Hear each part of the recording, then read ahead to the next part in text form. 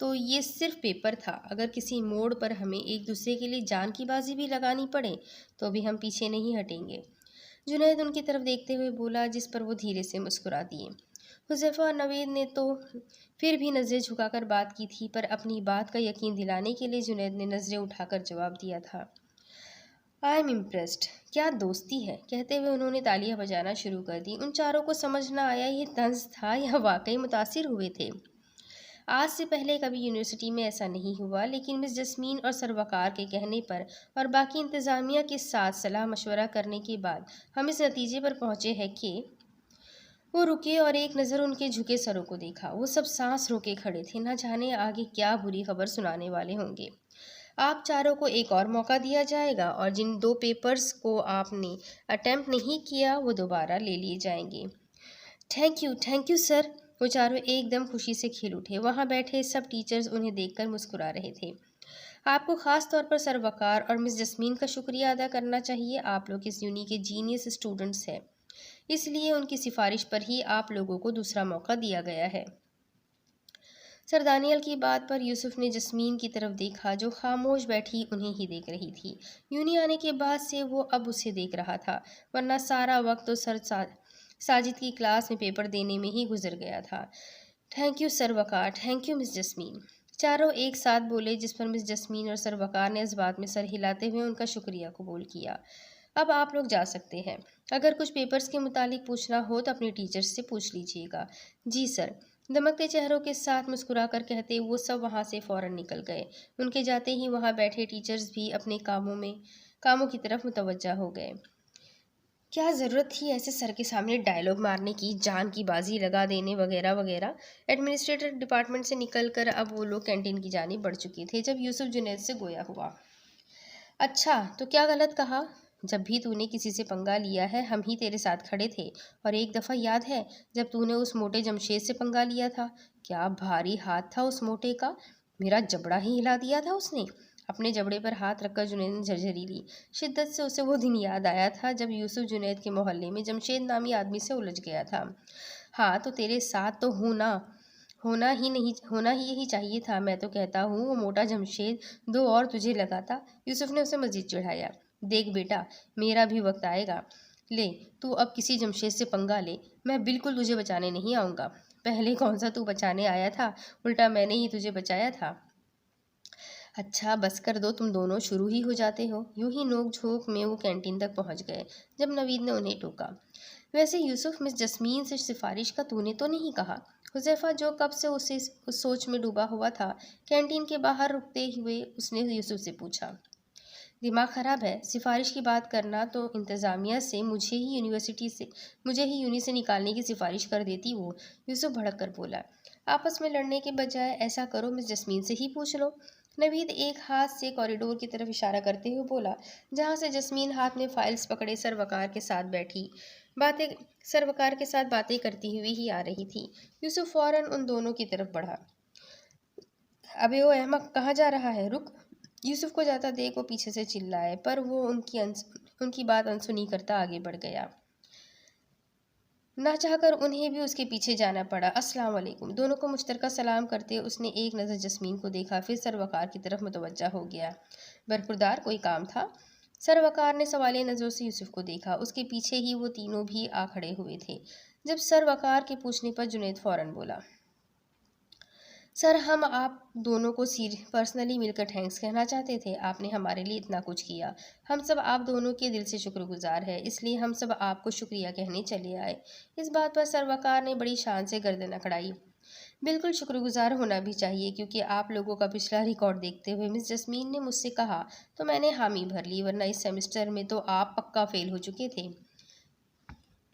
سر وقار کے کہنے پر سب کی نظریں جسمین کی طرف اٹھی جو چہرہ نیچے جھکائے اپنے پیر کے انگوٹھے کو گھور رہی تھی۔ اچھا مس جسمین، میں چلتا ہوں، اور تم؟ جسمین سے کہتے ہوئے وہ ایک دم یوسف کی طرف مڑے۔ وہ جو ٹکٹکی باندھے جسمین کو دیکھ رہا تھا سر وقار کی مخاطب کرنے پر گڑبڑا اٹھا۔ جی سر، ساری بات ایک طرف، لیکن تم اب بھی مشکوک ہو، سمجھے؟ وہ انگلی اٹھا کر بولے۔ یوسف ان کی بات کا مطلب سمجھ کر سر جھکا گیا، یعنی سر وقار ابھی تک بھولے نہیں تھے۔ جی، وہ محض اتنا ہی کہہ سکا۔ البتہ سروکار اسے گھوری سے نوازتے ہوئے آگے بڑھ گئے۔ ان کے جاتے ہی وہ تینوں بھی وہاں سے کھسک لیے۔ اب کوریڈور میں صرف جسمین اور یوسف ہی ایک دوسرے کے مقابل کھڑے تھے۔ کچھ کہنا ہے مسٹر یوسف؟ جسمین نے ارد گرد دیکھتے ہوئے پوچھا۔ وہاں موجود ہر اسٹوڈنٹ اپنے آپ میں مگن تھا، کوئی بھی ان کی طرف متوجہ نہیں تھا۔ وہ تھوڑی پرسکون ہوئی۔ مجھے شکریہ کہنا تھا۔ جسمین پر نظر جمائے وہ دھیرے سے بولا۔ کتنی دفعہ شکریہ کریں گے؟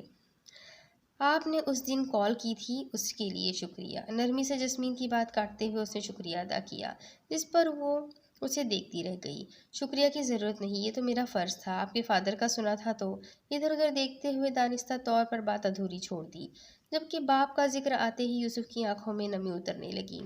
اس کی خاموشی کو محسوس کرتے ہوئے جسمین نے چہرہ اس کی طرف موڑا تو چونک اٹھی۔ نم آنکھیں لیے وہ خود پر ضبط کر رہا تھا۔ صبح سے اس کی ڈپارٹمنٹ کے کئی ٹیچرز اور اسٹوڈنٹس حیدر صاحب کی تعزیت کے لیے اس کے پاس آ چکے تھے۔ اپنے آنسوؤں پر بند باندھتا وہ سب سے ملا تھا، پر اب اپنے سامنے جسمین کو دیکھ کر وہ کمزور پڑ رہا تھا۔ خود پر چڑھایا خول آہستہ آہستہ سرک رہا تھا، جیسے کسی اپنے کے ہونے کے احساس نے اسے مجبور کر دیا ہو کہ اپنے دل کا غبار نکال کر اس کے سامنے رکھ دے۔ یوسف؟ جسمین اس کی آنکھوں میں چمکتے آنسوؤں کو دیکھ کر نفی میں سر ہلانے لگی۔ یوسف دھیرے سے مسکرا دیا۔ نم آنکھیں، ہونٹوں پہ تبسم، اور اس وقت کے سحر میں کھوسی گئی کہ اچانک پیچھے سے ایک اسٹوڈنٹ تیزی سے آگے بڑھتا بے دھیانی سے جسمین سے ٹکرایا۔ ہاتھ سے فائل چھوڑ کر نیچے گر گئی۔ دیکھ کر نہیں چل سکتے؟ یوسف غصے سے کہتا اس لڑکے کی طرف بڑھا ہی تھا کہ جسمین نے اس کا بازو تھام کر روکا۔ کوئی بات نہیں، غلطی سے ہو گیا ہوگا۔ سوری مس، میں نے دیکھا نہیں تھا، وہ لڑکا سہما ہوا بولا۔ دیکھا نہیں؟ آخر گھر چھوڑ کر آیا ہے؟ یوسف پھر اپنا بازو چھڑا کر آگے بڑھنے لگا کہ جسمین نے فوراً اس لڑکے کو منظر سے ہٹایا۔ بیٹا آپ جاؤ۔ اس کے کہتے ہی وہ لڑکا شکر مناتا بوتل کے جن کی طرح وہاں سے غائب ہو گیا، جبکہ اس کو جاتا دیکھ یوسف سر جھٹک کر نیچے پڑی فائلز اٹھانے لگا۔ بیٹا سیریسلی؟ فائلز اٹھا کر جسمین کو پکڑاتے ہوئے وہ بھویں اچکا کر بولا۔ ہاں تو اسٹوڈنٹ ہے وہ میرا، اب ہر کوئی تمہاری طرح گنڈا نہیں ہوتا، سدھرنا مت تم۔ ایک بار پھر سارے لحاظ بالائے طاق رکھ کر وہ آپ سے تم پر اتر آئی۔ آپ مجھے تم ہی بولا کریں، آپ کے منہ سے ہی زیادہ اچھا لگتا ہے۔ جسمین کے غصے کو خاطر میں لائے بغیر وہ سرشاری سے مسکراتا ہوا بولا۔ دفع ہو جاؤ۔ غصے سے پیر پٹکتی اس کے ہاتھ سے فائل جھپٹ کر وہاں سے نکلتی چلی گئی، جبکہ یوسف آسمان کی طرف دیکھتا وہیں کھڑے ہو کر اپنے بیتے لمحوں کو محسوس کرنے لگا۔ عشق کا تو پتہ نہیں، پر جو تم سے ہے وہ کسی اور سے نہیں۔ وہ گھر میں داخل ہوا تو لاؤنج میں ہی فائزہ بیگم ملازموں کے سر پر کھڑی انہیں ہدایت دے رہی تھی۔ بلاج مسکرا کر دیکھتا ان کے پاس ہی چلا آیا۔ السلام علیکم۔ وعلیکم السلام، آج جلدی آ گئے؟ وہ اس کے سر پر شفقت سے ہاتھ پھیرتے ہوئے گویا ہوا۔ جی بس ڈیوٹی ٹائم ختم ہو گیا تھا تو گھر آ گیا، تھکے تھکے سے انداز میں کہتا وہ وہیں صوفے پر بیٹھ گیا۔ اچھا کیا، تم فریش ہو جاؤ، میں تب تک کھانا لگواتی ہوں، بلاج سے کہتی وہ پاس کھڑی شبانہ کی طرف مڑی۔ جاؤ شبانہ، بلاج کے لیے کھانے کا انتظام کرو۔ جی سردارنی جی، تابعداری سے کہتی وہ فوراً وہاں سے نکل گئی۔ اس کے جاتے ہی بلاج سیدھا ہو کر بیٹھا۔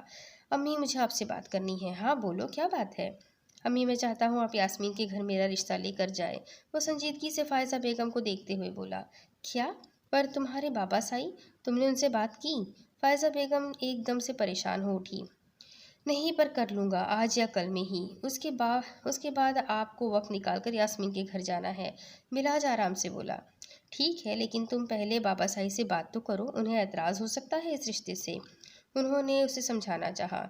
ان کے اعتراض کی مجھے کوئی پرواہ نہیں، اگر وہ نہیں مانے تو بھی میں شادی کر ہی لوں گا۔ اپنی بات کہہ کر وہ اٹھ کھڑا ہوا اور سیدھا اپنے کمرے کی جانب بڑھ گیا، جبکہ صوفے پر بیٹھی فائزہ بیگم کا سکون پل بھر میں غارت ہو گیا۔ اپنے کمرے سے نکل کر وہ سیڑھیاں اترتی نیچے آ رہی تھی جب اس کی نظر کچن میں جاتی شبانہ پر پڑی۔ شبانہ خالہ، میرے لیے چائے بنا دے پلیز، بہت سر میں درد ہو رہا ہے۔ جی بی بی جی، بس ابھی لائی۔ جسمین کو دیکھ کر وہ اس بات میں سر ہلاتے ہوئے بولی۔ اچھا امی کے کمرے میں ہی لے کر آ جائیں، میں وہیں جا رہی ہوں۔ جی ٹھیک ہے بی بی جی۔ اس کا حکم سنتے ہی وہ فوراً کچن میں گھس گئی، جبکہ جسمین فائزہ بیگم کے کمرے کی جانب بڑھ گئی۔ امی میں آ جاؤ؟ دروازے پر دستک دیتے ہوئے اس نے اجازت طلب کی۔ ہاں بیٹا آ جاؤ، وہ جو بیڈ پر لیٹی آرام کر رہی تھی جسمین کی آواز پر اٹھتے ہوئے بولی۔ کیا بات ہے امی، جب سے یونی سے آئی ہو آپ کو پریشان دیکھ رہی ہوں، سب ٹھیک ہے نا؟ بیڈ پر بیٹھتے ہی اس نے سوالیہ نظروں سے فائزہ بیگم کو دیکھتے ہوئے پوچھا۔ کیا ٹھیک ہے، نہ جانے یہ بلاج کب سدھرے گا، ہر وہ کام کرتا ہے جو تمہارے بابا سائی کو پسند نہیں۔ وہ پریشانی سے بولی۔ کیوں، اب کیا ہوا، کیا کر دیا بھائی نے؟ کرنا کیا ہے، کہہ رہا ہے بابا سائی نہیں مانے تو اب بھی یاسمین سے ہی شادی کرے گا۔ مجھے تو ڈر ہے کہیں کچھ غلط نہ ہو جائے۔ باپ بیٹے کی ضد بحث میں ان کا خدشات سے لبریز لہجہ جسمین کو بھی پریشان کر گیا تھا۔ آپ فکر نہیں کرے، بلکہ اللہ سے دعا کرے، سب ٹھیک ہوگا انشاءاللہ۔ ہاں، اللہ کرے ایسا ہی ہو۔ فائزہ بیگم گہرا سانس لیتے ہوئے بولی۔ باپ اور بیٹے کے بیچ پیس کر جو رہ گئی تھی، ایک شیر تھا تو دوسرا سوا شیر۔ اب اس کے آگے کی کہانی میں آپ کو اگلی قسط میں سناتی ہوں کہ آگے کیا ہوگا۔ یہ جاننے کے لیے میرے ساتھ بنے رہیں، چینل کو سبسکرائب کر لیں، بیل آئیکن کو ضرور دبا دیں۔ اگلی قسط میں پھر ملتے ہیں، تب تک کے لیے اللہ حافظ۔